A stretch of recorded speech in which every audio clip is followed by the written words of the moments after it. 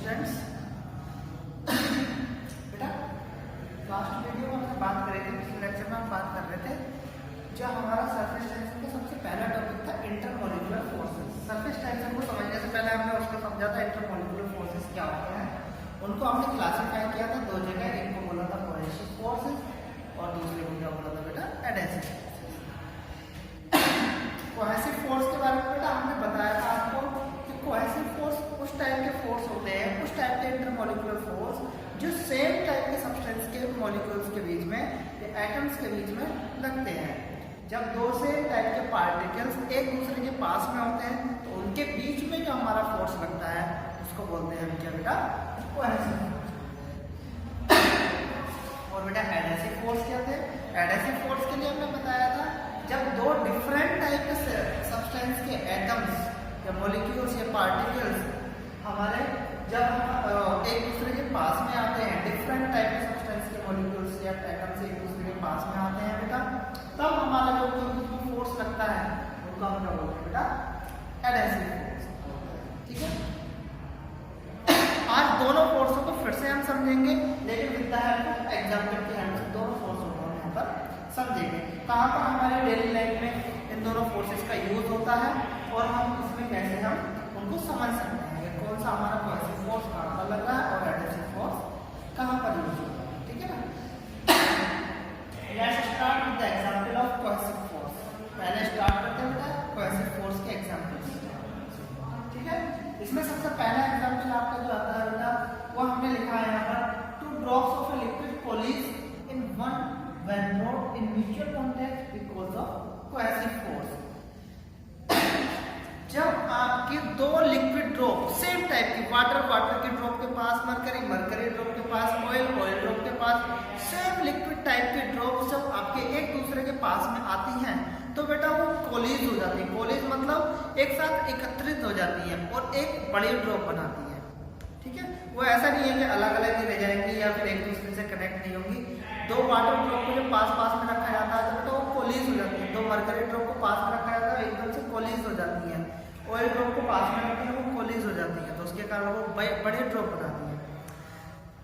तब उनके बीच में जो फोर्स लगता है, फोर्स ऑफ अट्रैक्शन जो है उसको हम लोग बोलते हैं बेटा कोहेसिव फोर्स बोलते हैं। इसी कोहेसिव फोर्स के कारण वो छोटे दो स्मॉल ड्रॉप्स हमारे क्या एक साथ मिलके एक बड़ी ड्रॉप बनाती है हमारी। जैसे कि आपने देखा होगा, आप टैप को बंद कर दीजिएगा, ये ऐसा मानिएगा टैप को नहीं, कहीं पर पानी एक एक बूंद करके, जैसे छत से पानी कभी कभी टपकता है तो बेटा छत से पानी जब टपकता है तो दूर से पानी आता है, एक छोटी सी बूंद आई वो वहां पर कलेक्ट हुई, दूसरी आई वहां पर कलेक्ट हुई, जब तक कि वो एक बड़ी बूंद ना बन जाए और उसके बाद वो नीचे की ओर गिरती है जब उसका वेट बहुत ज्यादा अधिक हो जाता है। या फिर आप किसी सरफेस पर ले लीजिएगा, जब दो ड्रॉप को पास में रखेंगे आप बहुत ज्यादा पास में तो वो अपने आप ही एक दूसरे से मर्ज हो जाते हैं। ये फॉर्मेशन किसके कारण होती है बेटा कोहेसिव फोर्स के कारण होती है। सेकंड एग्जांपल है, it is difficult to separate two sticky glass plate of glass wetted with the water because of large force has to be applied against the cohesive force between the molecules of water.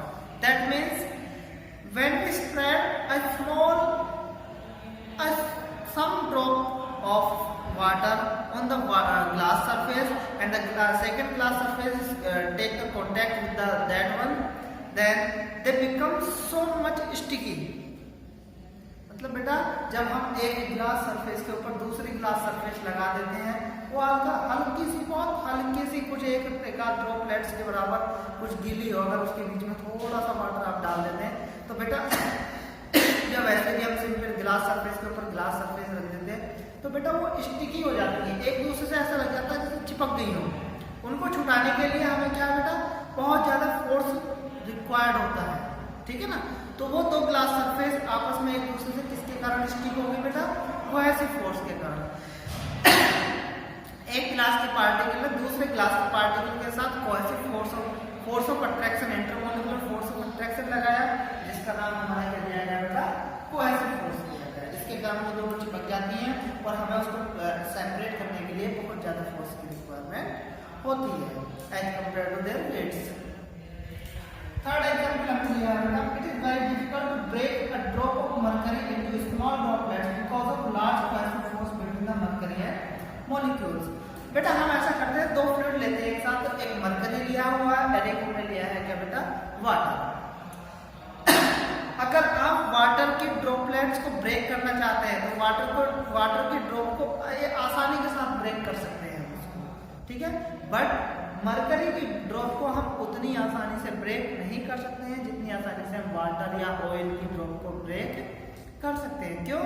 क्योंकि बेटा इन सब की compare में mercury का जो cohesive force है, mercury के particles के या एटम्स के बीच में जो फोर्स ऑफ अट्रैक्शन लगता है वो as compare to other fluids बहुत ज़्यादा होता है।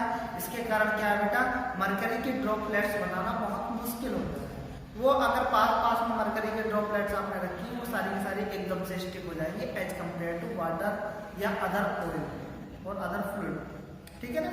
इसलिए यहाँ पर हमने ये बात लिखी है, it is very difficult to break a drop of mercury. Mercury के ड्रॉप बनाना है बहुत कठिन काम है, ऐसा नहीं बनती है, बन जाती है लेकिन बहुत कठिन काम है, ठीक है। ये हमने कुछ एग्जांपल पढ़े कोहेसिव फोर्स के। अब कुछ बात करेंगे बेटा example of adhesive force. Now let's see this. The first one is wetting of glass surface by water but not by the mercury। इसका मतलब यह है बेटा, अगर आप एक गिलास के अंदर, हमने दो ग्लास कांच के दो ग्लास लिए, उनके अंदर एक के अंदर वाटर फिल किया है, एक के अंदर मरकरी फिल किया है, तो बेटा जब आप उनको खाली करेंगे फिर से, तो जो वाटर वाले गिलास की सरफेस थी वो कुछ ज्यादा, वो आपकी वेट रहती है, जबकि आपका जो मरकरी वाले गिलास की सरफेस थी वो आपकी वेट सरफेस नहीं होती है। इसका कारण ये है बेटा, इसका कारण बेटा ये है हमारा, क्योंकि इसके अंदर हमारा क्या होता है बेटा, जब जो हमारा वाटर मॉलिक्यूल्स के बीच का कोहेसिव फोर्स है, जो वाटर मॉलिक्यूल्स के बीच का कोहेसिव फोर्स है वो कम रह जाता है वाटर और ग्लास सरफेस के बीच लगने वाले एडहेसिव फोर्स पे।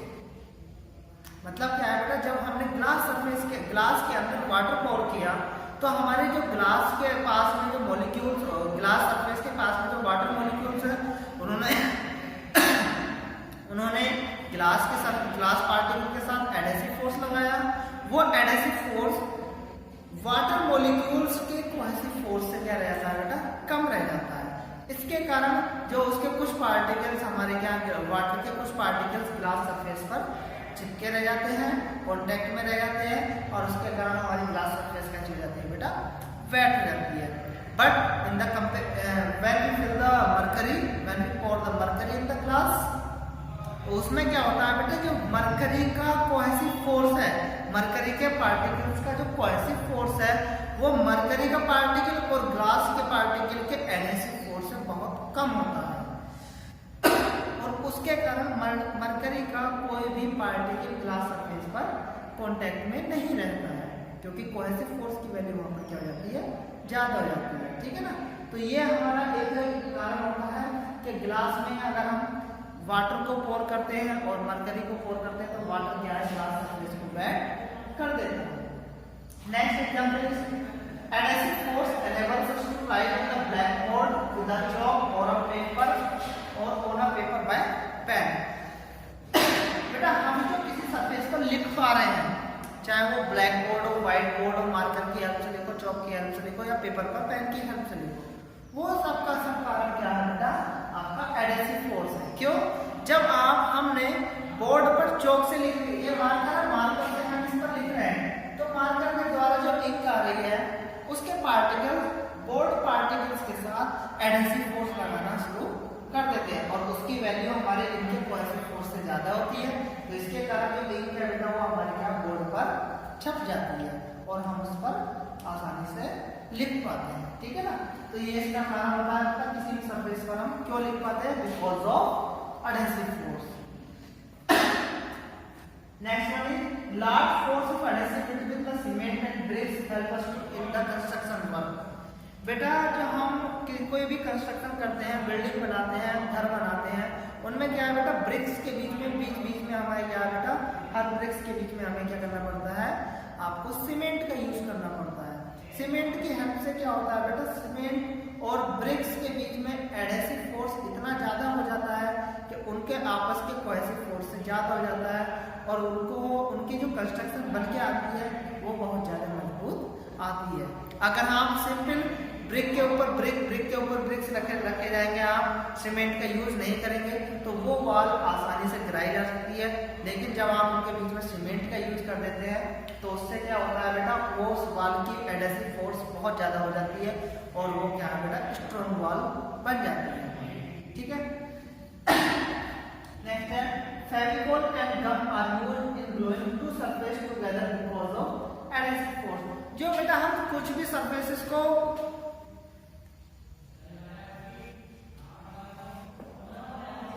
ग्लूइंग करने की कोशिश करते हैं, मतलब चिपकाने की कोशिश करते हैं, वो तो हम यूज करते हैं या तो फेविकोल करते हैं या किसी भी टाइप की गम यूज करते हैं। तो बेटा उससे क्या होता है, जैसे कि फेविकोल है या गम है, उसके पार्टिकल उस सरफेस के साथ क्या है बेटा, एडहेसिव फोर्स लगाते हैं और वो एडहेसिव फोर्स इतना ज्यादा होता है कि उनके बीच में कोहेसिव फोर्स की वैल्यू बहुत कम रह जाती है और तो उसके कारण क्या है, वो उनको ग्लूइंग कर देते हैं, मतलब चिपका देते हैं। Spreading of oil on the water surface. बेटा इसमें आप दो तरीके से इसको समझ सकते हैं। एक बार आपने वाटर फिल किया हुआ है किसी टैंक के अंदर और उसके ऊपर कुछ तेल डाला है, ऑयल डाला है, और एक बार आप ऐसा कर सकते हैं कि एक ऑयल का टैंक लें और उसके ऊपर वाटर डालें। तो दोनों में आप बेटा एक डिफरेंस देखेंगे। हमने बताया एक टैंक में अगर वाटर है उसमें आपने ऑयल डाला और दूसरे टैंक में ऑयल है और उसके ऊपर आपने थोड़ा सा वाटर डाला, तो बेटा दोनों में एक अंतर दिखाई देगा। जिस टैंक में आपने वाटर के ऊपर ऑयल डाला है तो उस पर ऑयल की, वाटर सरफेस के ऊपर ऑयल की एक पतली लेयर बन जाती है, जबकि जब आप ऑयल सरफेस पर वाटर को डालते हैं तो बेटा उसमें क्या होगा, वाटर की ड्रॉपलेट्स आपको दिखाई देती है, जगह जगह पर वाटर की ड्रॉपलेट्स आपको दिखाई देगी। कोई सरफेस एकदम से नहीं बनती है, आप अगर थोड़ा वाटर यूज करते हैं तो कोई सरफेस आपको एकदम से नहीं दिखाई देती है, उसमें क्या जगह जगह आपको क्या ड्रॉपलेट्स बनती हैं, जबकि वाटर सरफेस पर आप जब ऑयल को डालते हैं तो वो एक पतली लेयर बना देता है। उसका कारण क्या है बेटा, जब हमने इसको डालते हैं वाटर सरफेस पर, हमने ऑयल को डाला तो उनके बीच का जो एडहेसिव फोर्स है वो बहुत ज्यादा स्ट्रॉन्ग हो जाता है एज कंपेयर टू वाटर। तो वाटर के कोहेसिव फोर्स पे, तो उसके कारण क्या बेटा, वो वाटर सरफेस पर हमारी क्या है बेटा, ऑयल है स्प्रेड हो जाती है। जब हम बेटा ऑयल सरफेस पर वाटर को डालते हैं तो वाटर का कोहेसिव फोर्स ऑयल के कोहेसिव फोर्स से ज्यादा होता है और वाटर और ऑयल के बीच में लगने वाले एडहेसिव फोर्स से भी ज्यादा होता है। उसके कारण क्या होता है, वो ड्रॉपलेट्स ही बन के रह जाती है, उसकी सरफेस पर स्प्रेड नहीं होती है। नेक्स्ट हम समझ सकते हैं बेटा, waiting glass can be dried bye cotton cloth nor bye silk और नायलॉन क्लॉथ। मतलब अगर आप किसी ग्लास सरफेस को, उस पर आपने पानी डाला हुआ है, वाटर डाला हुआ है और आप उसको साफ करना चाहते हैं तो आपको कौन सा क्लॉथ यूज करना पड़ता है बेटा, कॉटन क्लॉथ यूज करना पड़ता है। उसको आप सिल्क या नायलॉन क्लॉथ से साफ नहीं कर सकते। क्यों? क्योंकि बेटा सिल्क या नायलॉन का क्लॉथ जब हम यूज करते हैं तो वाटर और ग्लास सरफेस के बीच में लगने वाले एडहेसिव फोर्स की वैल्यू नायलॉन या सिल्क और वाटर के बीच में लगने वाले एडहेसिव फोर्स से बहुत कम होती है। उसके कारण वाटर हमारा ग्लास सरफेस पर ही बना रह जाता है और उनसे क्या है बेटा, वो साफ नहीं हो पाता। लेकिन जब हम कॉटन यूज करते हैं तो बेटा कॉटन और वाटर का जो एडहेसिव फोर्स है वो ग्लास और वाटर के एडहेसिव फोर्स से ज्यादा हो जाता है, जिसके कारण कॉटन ग्लास सरफेस से वाटर को साफ कर देता है। नेक्स्ट हमने लिखा बेटा कोल्ड वेल्डिंग। कोल्ड वेल्डिंग एक ऐसी प्रोसेस है बेटा जो कि वेल्डिंग के लिए यूज की जाती है, एक्चुअल में वेल्डिंग के लिए यूज की जाती है। इसमें क्या है बेटा, दो नॉर्मल टेम्परेचर के ऑब्जेक्ट को हम क्या करते हैं बेटा, कुछ टेम्परेचर तक कोल्ड करते हैं और उनको एक साथ रखते हैं, ठीक है, और उनको इस टेम्परेचर तक एक साथ रखा जाता है जिससे कि वो, मतलब बेटा उनको कुछ टेम्परेचर देने के बाद उनको एक साथ रख देते हैं और उनको ठंडा होने के लिए छोड़ दिया जाता है। फिर उससे क्या होता है बेटा, वो आपस में उनकी सरफेसेस एक साथ आपस में जम जाती हैं। और इसमें यह ऐसा भी समझ सकते हैं बेटा, इसमें क्या एक सरफेस के ऊपर दूसरी सरफेस को रख के आपको हैमर के द्वारा पिटाई की जाती है। तो उससे क्या है बेटा, उसकी सरफेसेस के बीच में दोनों सरफेस आपस में एक दूसरे के साथ कॉन्टैक्ट में एडहेसिव फोर्स की वैल्यू बढ़ाने लगती है और वो एक दूसरे के साथ स्टिक हो जाते हैं। इस तरीके से हमारी एक कोल्ड वेल्डिंग की प्रोसेस हो जाती है। तो बेटा ये थे हमारे सारे एग्जाम्पल कोहेसिव और एडहेसिव फोर्सेस के। आप कोहेसिव फोर्स और एडहेसिव फोर्स कैसे इनके बीच में लगाते हैं, ये हमने सारे हमारे क्या डेली लाइफ से हमारे सारे रूटीनली कनेक्टेड है हमारे सारे के सारे। ठीक है, किसी आप उसका स्क्रीनशॉट ले लो या आप उसको पॉज करके उतार सकते हैं। और अगर किसी बच्चे को कोई प्रॉब्लम है तो बेटा वो कमेंट बॉक्स में कमेंट करके पूछ सकता है। ओके, थैंक यू बेटा।